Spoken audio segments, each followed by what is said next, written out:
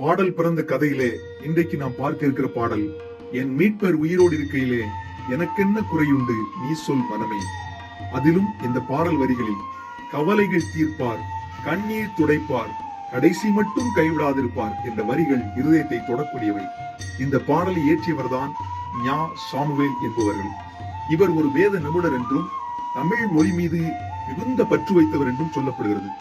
இவர் கர்நாடக இசையை கற்றிருக்கிறார். இவர் ஒரு சிறந்த மேதை என்பதற்கு இவர் இயற்றிய நிறைய பாடல்கள் சாட்சியாக இருக்கிறது.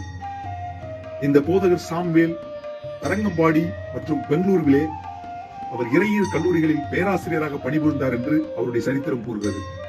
பல சோதனைகள் தொடர்ந்து அவருக்கு, துன்பங்கள், வேதனைகள், சோர்வு, இதெல்லாம் அவருடைய வாழ்க்கையை தாக்கிக் கொண்டிருந்தது. இப்படிப்பட்ட ஒரு கடினமான சூழ்நிலை கடந்து போய் கொண்டிருந்த இந்த போதகர் ஒரு நாள் மாலை மயங்கும் வேளையிலே ஒரு இடத்தில் நடந்து சென்று கொண்டிருந்தாராம். அப்பொழுது ஒரு சிறிய காயத்துண்டு கீழே கிடக்கிறது. அதை கையில் எடுத்து பார்த்தாராம். அதில் என் மீட்பர் உயிரோடு இருக்கிறார் என்ற வேத வசனம் எழுதப்பட்டிருந்ததாம். அந்த வசனம் அவருடைய கண்முன் ஓடிக்கொண்டிருக்கிறது. யோபுவின் வாழ்க்கை அவருக்கு ஞாபகம் வந்து அவருடைய வாழ்க்கை அப்படியே கண்முன்னதாக ஓடிக்கொண்டிருக்கிறது.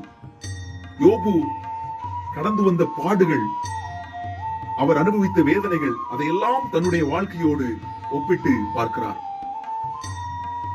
தனது வேதனைகள், துன்பங்களிலிருந்து ஒரு விடுதலை கிடைத்தார் போல ஒரு எண்ணம் உருவாகிறது.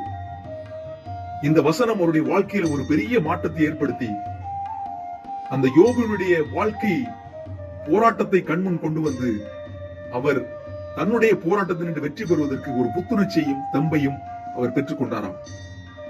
இதன் மூலமாகத்தான் இந்த வசனம் இவருடைய உள்ளத்தில் ஆழமாக பதிந்து பாடலாக உருவெடுத்திருக்கிறது. வாழ்க்கையின் சோர்வுகளை கடப்பதற்கு இந்த பாடலை அவர் எழுதினாராம். இந்த கருத்துமிக்க பாடல் இன்றைக்கும் சோர்ந்து போகிற மக்களுக்கு உறுதுணையாக இருப்பதை நாம் பார்க்கிறோம். என் மீட்பர் உயிரோடு இருக்கையிலே எனக்கென்ன குறை உண்டு நீ சொல் மனமே. இந்த பாடல் சரித்திரத்தை கேட்டுக் கொண்டிருக்கிற அன்பான தேவ பிள்ளைகளே, நம்முடைய வாழ்க்கையிலும் சோதனைகள், போராட்டங்கள் கடந்து வந்த பொழுதிலும் யோபுடைய வாழ்க்கையிலே ஆண்டவர் எப்படி உதவி செய்தாரோ அதே போல நம்முடைய சோதனைகளிலிருந்து ஆண்டவர் விடுதலை பெறுவதற்கு உதவி செய்கிறார்.